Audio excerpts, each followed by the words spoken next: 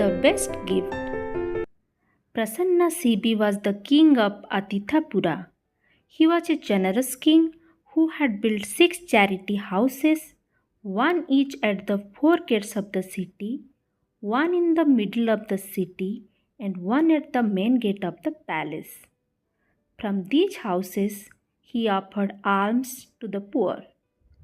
On an auspicious full moon's day, as he sat on his royal throne, he thought, "There is no object that I have not gifted, but I am not satisfied. I will be happy if someone came to me in the charity house today and asked for something personal. If someone asked me for my heart, I would donate them happily. There is no human gift that I can't make." The king rode his well-decked elephant and reached his charity house. Lord Indra had been watching the king all this time. He thought, King Sivi resolves to gift his eyes to anyone who asks for them. Can he actually do it in practice? Lord Indra decided to test the king. Disguised as a Brahmin blind, Lord Indra came in front of his elephant and hailed the king. Sivi stopped the elephant and asked him, "What do you want, O learned Brahmin?"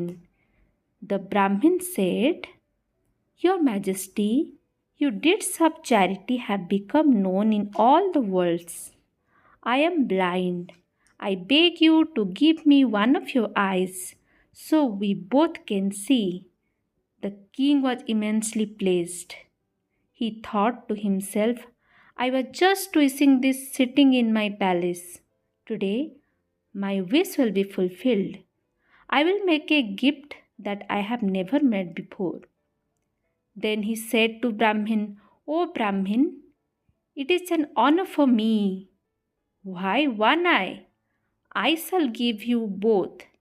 He called his royal physician and said, "Neither I give for glory, nor I wish for a son, wealth or kingdom. Do as I ask to you.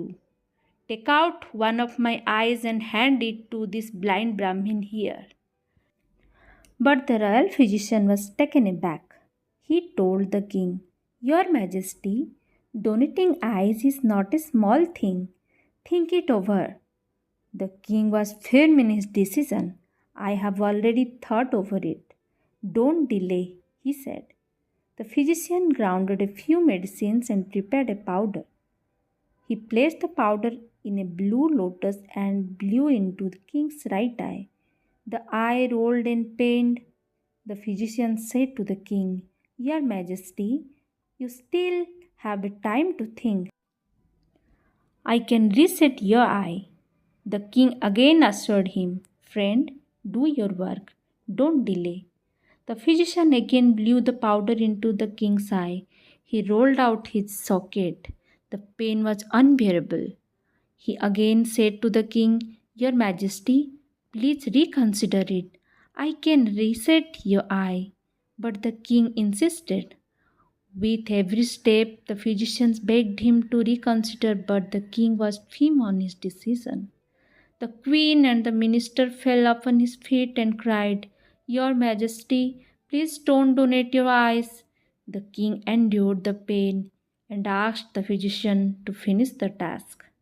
The physician placed the eye in the king's hand, and the king endured, handed it over to the Brahmin, and said, "O Brahmin, I love the supreme knowledge more than this eye. Let the donation of this eye be the cause of acquiring the eye of supreme knowledge." The Brahmin took the eye from the king and set it in his hollow socket so that it looked like a blooming blue lotus. King Sivi saw this eye with his remaining eye and said, "Oh, my eye donation has been successful." Then he donated his other eye in a similar manner. The Brahmin set his eye as well and left the place. All those present in the royal place could only watch him go. By virtue of the great charity, the king soon started recovering. His eye sockets were no longer hollow, they gathered flesh. The pain subsided. The king stayed in the palace for a few more days and thought to himself, what does a blind man do with kingship? I will become a mendicant and live an ascetic's life. Therefore, he called the council of ministers and spoke about his decision. They carried him in a palanquin to the park and seated him beside the pond there. An attendant was appointed for him. The king squatted there and meditated over his great charity. It shook Lord Indra's seat.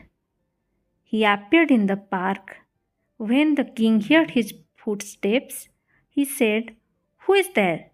Lord Indra said, "I am Indra. Ask for whatever you want." Delighted king said, "O Lord Indra, I have everything.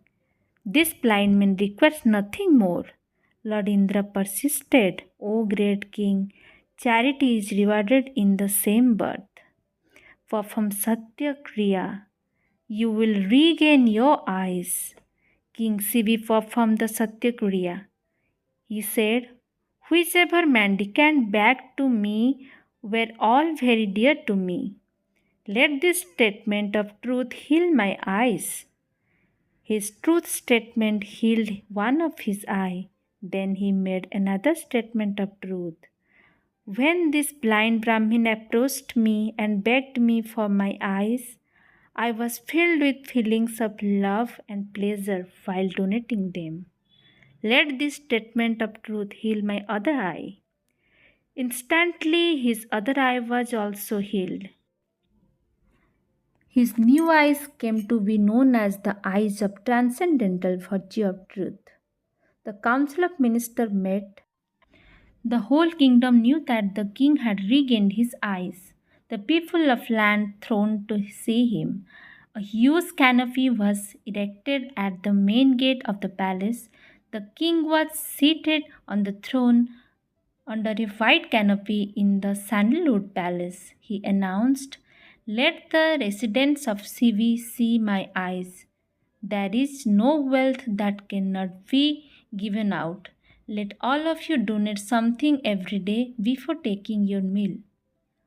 The people of Sivi spent their life giving alms and donating other deeds of charity from then on.